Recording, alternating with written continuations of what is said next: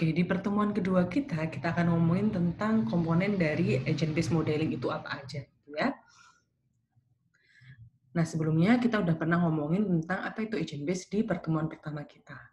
Nah, ini highlight kita hari ini. Jadi ada 3 komponen penting di agent based modeling, yaitu agent itu sendiri, environments, dan interaction. Nah, sedangkan komponen tambahan yaitu observer atau user interface dan schedule adalah komponen tambahan di agent based modeling. Nah, sebelum saya ngomongin tentang komponen di agent-based modeling, saya akan ngomongin tentang 3 hal esensial dalam membangun model, yaitu pertama adalah coding-nya, yang kedua adalah documentation, dan yang ketiga adalah interface-nya. Jadi coding-nya ya seperti teman-teman tahu, di agent-based modeling ini kita butuh namanya coding, gitu ya. Dan ada documentation, yaitu adalah deskripsi dari model itu. Maksudnya adalah deskripsi secara tertulis, seperti model itu tuh tentang apa, lalu bagaimana dia bekerja, interaksinya seperti apa, dan lain sebagainya. Nah, juga ada interface, yaitu tampilan dari modelnya. Jadi ada inputnya, outputnya seperti apa, terlihat di situ. Jadi animasi dari modelnya juga akan terlihat di situ. Jika teman-teman pakai NetLogo, maka ada yang namanya coding, seperti yang ada di sebelah kiri teman-teman, lalu deskripsi dari modelnya atau documentation-nya, dan ini adalah interface dari agent-based modeling di NetLogo. Nah, kita bisa mulai dengan video ini ya, sebelum kita ngomongin tentang komponen, coba kita lihat video ini. Nah, di video ini, kita lihat kadang-kadang kita macet gitu ya. Kenapa ya tiba-tiba kok macet ya? Apa di luar sana ada tabrakan gitu ya? Apa hujan terus ada banjir gitu ya? Kok tiba-tiba macet ya? Kita kan nggak tahu. Tapi kok setelah macet, kok tiba-tiba juga bisa lengang gitu jalannya. Kenapa ya kira-kira? Misteri apa nih kok tiba-tiba macet gitu? Namanya the ripple effect gitu ya. Jadi ternyata kadang-kadang kita macet itu karena overbraking. Jadi ada orang tiba-tiba ini contohnya orang ini tuh dia mengendarai mobil secara sembarangan ke kanan ke kiri gitu ya. Jadi orang yang di belakangnya tiba-tiba harus ngerem gitu. Karena belakangnya ngerem, belakangnya lagi ngerem dan selanjutnya gitu ya. Yang mana ini akan membuat sebuah kemacetan di dalam sistem mengendarai ini ya. Seperti ini, tiba-tiba ada yang ngerem, belakangnya ikut ngerem, dan ini membuat kemacetan gitu ya. Namanya adalah ripple effect gitu. Atau ada yang lagi HP-an, lagi pegang HP, terus tiba-tiba depannya ada mobil harus overbraking atau ada braking, dan seperti itu. Nah, gimana cara mengurangi kemacetan adalah dengan jaga jarak gitu ya. Jaga jarak antar mobil. Jadi ketika mobil depan yang ngerem mendadak, kita tuh ngerem mendadak tuh nggak ngagetin mobil belakangnya. Jadi caranya spread the jam itu dengan jaga jarak tadi. Ini adalah salah satu iklan dari New Zealand Transport Agency gitu ya. Kenapa saya ngomongin tentang kemacetan ini? Karena ini sangat relate sama apa yang akan saya jelaskan di selanjutnya. Nah, seperti saya katakan tadi ada 3 komponen di agent base gitu ya. Agent, environment, dan interaction. Itu adalah komponen pentingnya. Dan yang menjadi komponen tambahan adalah observer atau user interface dan schedule. Nah, agen itu apa gitu? Kemarin kan kita udah ngomongin ya. Jadi ketika nggak ada agen gitu ya, kemarin kita udah ngomongin agen itu apa gitu ya. Ketika nggak ada agen berarti nggak ada namanya agent-based simulation atau agent-based modeling. Jadi agent adalah komponen utama di agent-based modeling. No agent-based modeling gitu ya. Di NetLogo biasa kita pakai agent ini sebagai turtles. Walaupun agent ini sendiri seperti yang kita tekankan kemarin nggak mesti bentuk manusia gitu. Bisa bentuk hewan, bisa bentuk sel, dan lain sebagainya. Dan agent itu punya properties dan behavior. Properties itu apa? Properties itu adalah keadaan internal dan eksternal dari agent gitu ya. Misal tadi ada mobil, maka propertiesnya adalah kecepatan gitu ya, warna mobilnya gitu, atau seri mobilnya dan lain sebagainya, itu adalah propertiesnya. Kalau manusia, propertiesnya bisa jenis kelaminnya gitu ya, Atau bisa juga kecepatan, misalnya kalau kita ngomongin tentang evakuasi berarti kecepatan satu orang dengan orang lain bisa saja berbeda ya kan ketika kita ngomongin evakuasi gitu ya. Dan agent itu punya namanya perilaku ya kan.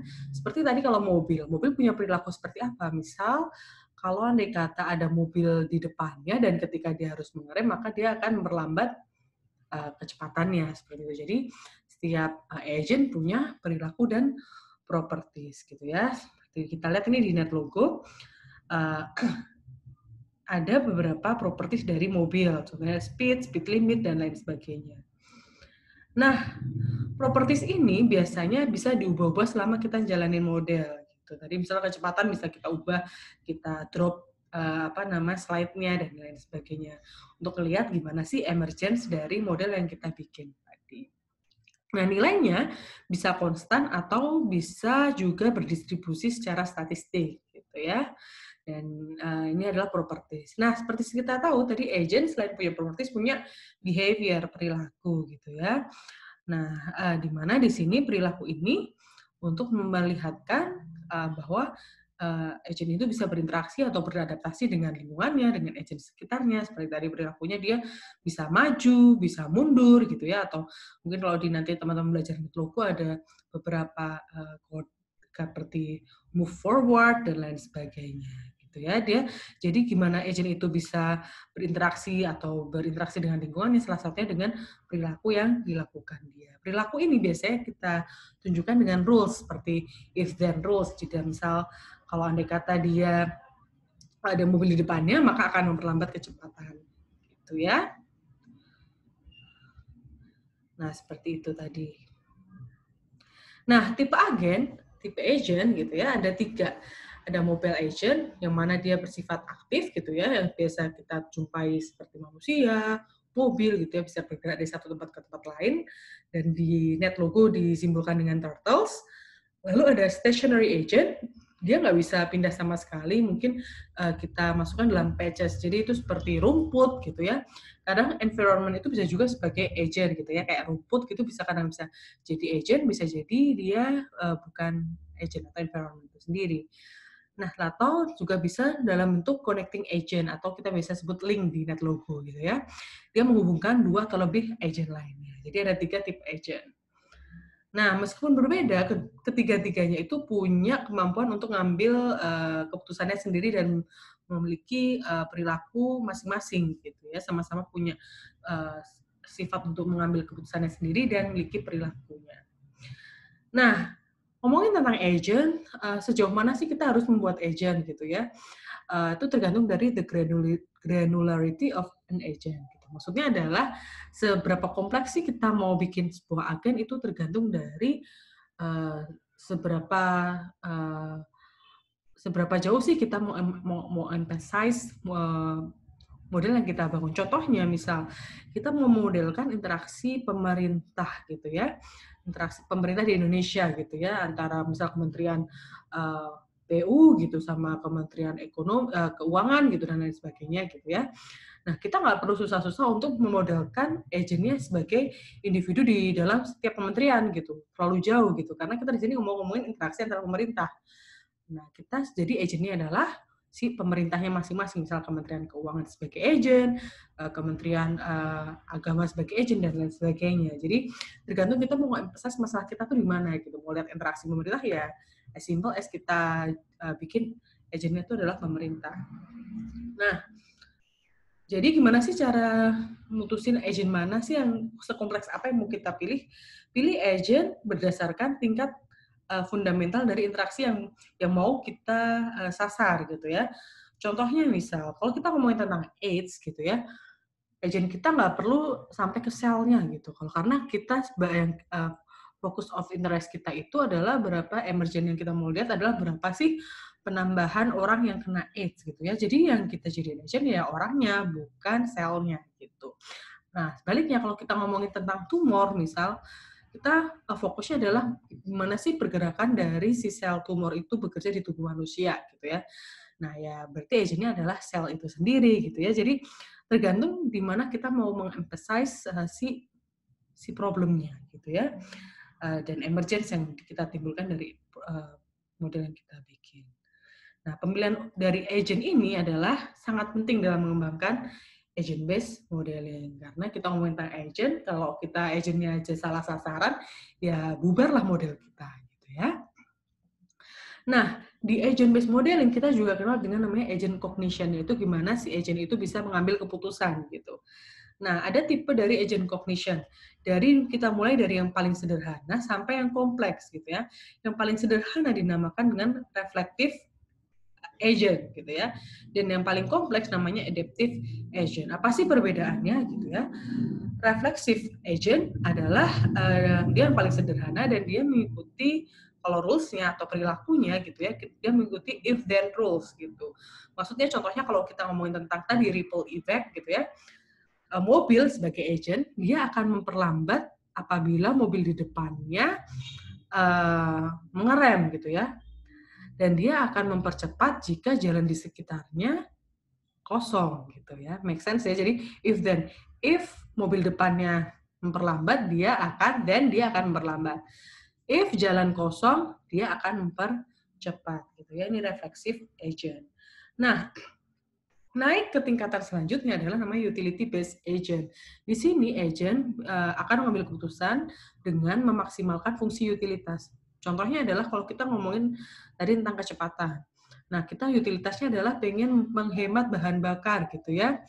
Jadi meminimalkan penggunaan bahan bakar. Jadi kita akan atur kecepatannya gitu ya, nggak cuma memperlambat dan mempercepat. Kita cari mengoptimalkan kecepatan berapa sih biar kalau kita memperlambat itu bahan bakar yang kita gunakan itu seminimal mungkin gitu ya. Yang ketiga namanya goal based agent. Jadi agent itu mengambil keputusan sesuai dengan tujuannya gitu ya. Contohnya gitu, mobil itu nggak cuma nambah dan ngurangin kecepatan, tapi dia juga berbelok ke kanan, berbelok ke kiri sampai ke tujuannya gitu ya. Sampai navigasinya dari awal keberangkatan sampai tujuan tertentu. Jadi nggak cuma rules-nya adalah maju dan mundur, maju dan ngerem gitu ya. Jadi ada ke kanan ke kiri sehingga dia sampai ke tujuannya. Namanya goal based agent. Nah, yang terakhir yang paling advance atau yang paling kompleks namanya adaptive agent. Jadi agent itu ngambil keputusan sesuai dengan dia beradaptasi dengan lingkungannya. Biasanya dia gunakan experience atau knowledge. Contohnya, misal tadinya dia ngerem ketika ada 5 patch. Jadi patch itu kayak bisa satu patch diasumsikan 1 kilometer misal atau 10 meter gitu ya. Tergantung teman-teman mendevelop modelnya gitu ya. Misal 5 patch di depannya ada mobil, dia akan memperlambat mobilnya. Tapi ketika dia memperlambat mobilnya, oh masih jauh nih jarak antar mobilnya.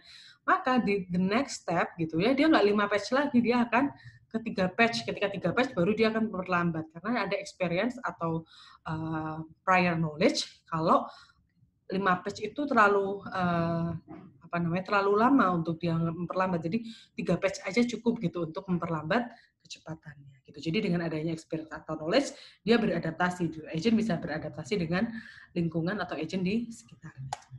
Nah, selain ngomongin tentang agent, komponen kedua yang penting adalah environment. Environment adalah di mana agent itu tinggal gitu ya. Area di mana agent itu tinggal gitu ya. Nah, environment ini kadang-kadang bisa dibikin sebagai agent. Kalau teman-teman bisa buka net logonya, kita ngomongin tentang predator ya, serigala sama domba, dan ada rumput di sana. Rumput itu bisa dibilang agent karena misal dia bisa tumbuh sendiri gitu ya, kemampuan dia, perilaku dia rumput untuk tumbuh, dia bisa disebut dengan agent karena dia bisa bersifat otonomus gitu ya. Nah, tapi beberapa di agent based modeling gitu ya, environment juga bisa bersifat pasif gitu. Contohnya adalah kalau kita pakai environment sebagai GIS gitu, pakai GIS gitu ya. Jadi kayak maps gitu. Nah, berarti dia bersifat pasif karena dia nggak punya kemampuan untuk mengambil keputusan dan perilaku dan selanjutnya ya. Yang ketiga, komponen yang penting dalam agent based adalah interaction. Jadi agent aja kalau nggak ada interaksi dengan agen lainnya atau dengan environment-nya atau berinteraksi dengan dirinya sendiri juga nggak bisa dikatakan agent based modeling gitu ya. Nah, interaksi ini menunjukkan dinamika dalam model gitu. Jadi kalau tanpa interaksi ya berarti bukan agent based modeling juga gitu ya. Interaksi dapat terjadi ketika agen dengan agen lain atau agen dengan lingkungan, agen dengan dirinya sendiri, lingkungan dengan lingkungan dan sebagainya. Contohnya kalau kita ngomongin dari ripple effect tadi, mobil itu bisa berinteraksi dengan mobil lain dengan merasakan kecepatan uh, mobil lain. Jika misal kecepatan di depannya itu melambat, pasti dia ikutan melambat. Interaksinya seperti itu. Kan? Nah, ini 5 jenis interaksi dalam agent-based modeling. Agent self berarti dia si agent berinteraksi dengan dirinya sendiri, seperti dia bereproduksi, dia meninggal gitu ya, dan lain sebagainya. Atau agent itu atau environment self gitu ya, lingkungan berinteraksi dengan dirinya sendiri. Contohnya adalah kalau di predator tadi, kasus predator serigala dan domba, dan ada rumput, dan rumput itu sebagai agent, maka rumput itu bisa tumbuh kembali. Itu namanya juga sebagai lingkungan yang berinteraksi sendiri gitulah. Atau agent dengan agent, ini biasa ya, kayak mobil tadi, mobil antar mobil gitu ya, dia akan melambat ketika depannya terlambat. Nah, environment dengan environment ini jarang ditemukan sih sebenarnya. Contohnya adalah difusi gitu ya. Nah, agent environment itu sering juga terjadi. Jadi biasanya yang terjadi itu adalah agent-agent, agent environment, agent diri sendiri atau environment diri sendiri. Nah, kalau agent environment contohnya adalah the ENS model. Jadi kalau teman-teman tahu kalau semut itu dia akan melihat di mana ada fenomon gitu ya, di lingkungannya ada fenomon atau enggak. Kalau ada dia akan menginformasikan ke ratu semutnya gitu ya. Nah, lihat kalau nggak ada berarti dia akan lihat lagi di lingkungannya apakah ada si fenomon atau enggak, untuk melihat apakah ada makanan atau enggak gitu. Nah, yang keempat, ini bukan komponen utama tapi komponen pendukung adalah user interface gitu ya. User interface ini adalah sebagai pengontrol jalannya model gitu ya. Dia akan memerintahkan agen untuk melakukan sesuatu melalui kode gitu ya. Seperti observer button gitu ya, command center di NetLogo. Nah, ketika kita mau desain visualisasi di agent-based modeling, gitu, ada 3 hal yang perlu kita